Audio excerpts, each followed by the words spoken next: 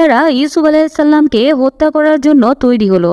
তখন বড় ভাই ইয়াহুদা তাদের বাধা দিল এবং পিতার কাছে তাদের অঙ্গীকারের কথা মনে করিয়ে দিল, কিন্তু শয়তান তাদেরকে আরো বেশি জেদি করে তুলল।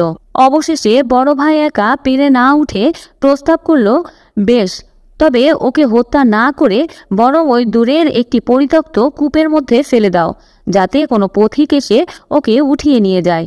এতে তোমাদের দুটো লাভ হবে। সে পিতার কাছ থেকে দূরে চলে যাবে, তোমরা তখন পিতার প্রিয় হয়ে উঠবে। বড় ভাইয়ের কথায় সবাই একমত হয়ে ইউসুফ আলাইহিসসালামকে কূপের কাছে নিয়ে গেল। তখন তারা তার গায়ের জামা খুলে নিল।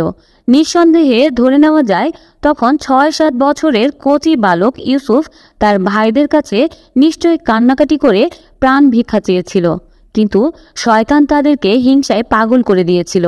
এই কঠিন মুহূর্তে ইউসুফ আলাইহিসসালামকে সান্ত্বনা দেওয়ার জন্য মহান রাব্বুল আলামিন তার কাছে ওহী নাজিল করলেন, কিন্তু এটি নবুয়তের ওহী ছিল না, কেননা সাধারণত ৪০ বছর বয়স হওয়ার আগে আল্লাহ তাআলা কাউকে নবী বানায় না। এই ওহী ছিল তেমন, যেমন ওহী বা ইলহাম এসেছিল শিশু মূসা আলাইহিসসালামের মায়ের কাছে মূসা আলাইহিসসালামকে বাক্সে ভরে নদীতে ভাসিয়ে দেওয়ার জন্য। সূরা তহা আয়াত ৩৮ থেকে ৩৯। ইউসুফ আলাইহিসসালামকে তার ভাইয়েরা কূপে নিক্ষেপ করল। সেখানেও মহান আল্লাহ তাআলা তাকে সাহায্য করলেন। তিনি কূপের নিচে একখণ্ড পাথরের উপর আরামে বসে পড়লেন।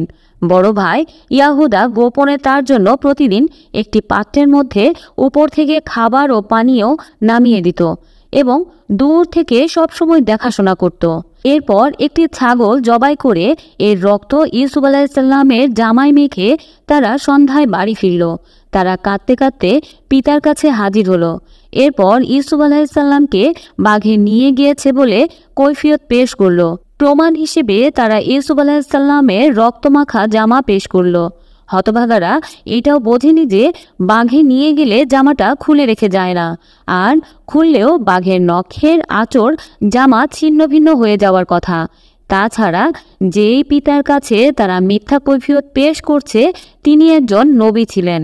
ওহীর মাধ্যমে তিনি সব জানতে পারবেন, কিন্তু হিংসায় অন্ধ হয়ে গেলে মানুষ সব কিছুই ভুলে যায়, আর অপরাধ বেশিরভাগ সময়ই আলামত রেখে যায়।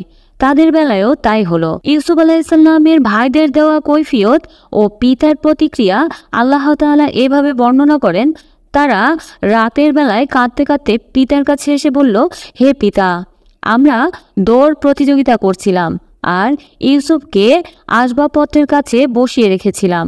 এই অবস্থায় তাকে বাঘ খেয়ে ফেলেছে। আপনি আমাদেরকে বিশ্বাস করেন না, যদিও আমরা সত্যবাদী।